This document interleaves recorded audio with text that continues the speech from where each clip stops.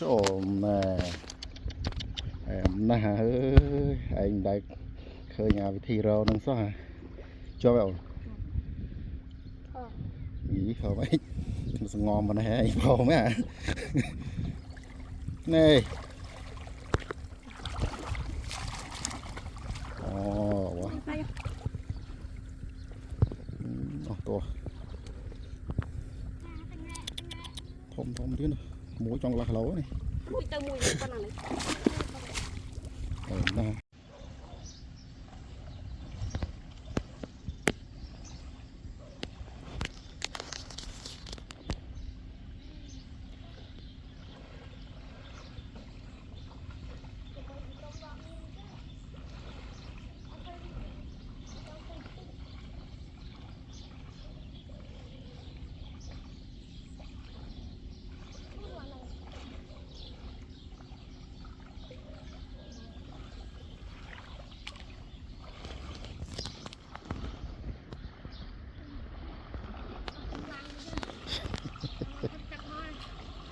rồi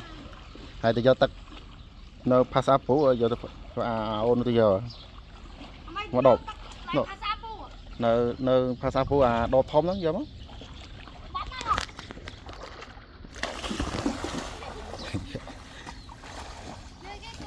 tắt nơi nơi passa phú tắt phật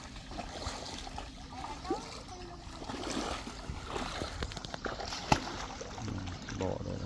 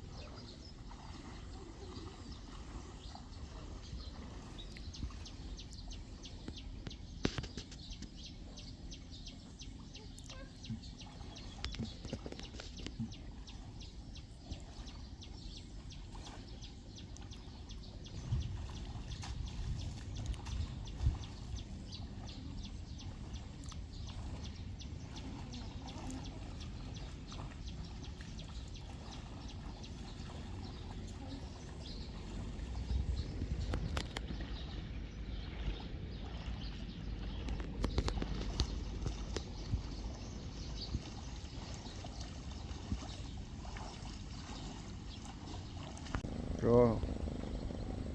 phẳng hồi giờ này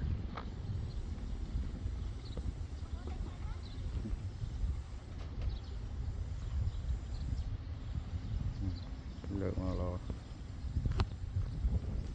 pro nó em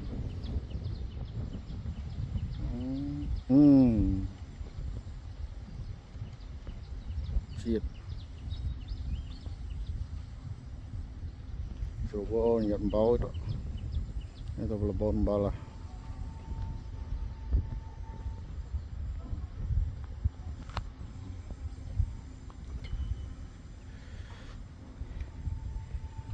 lọc bay nghe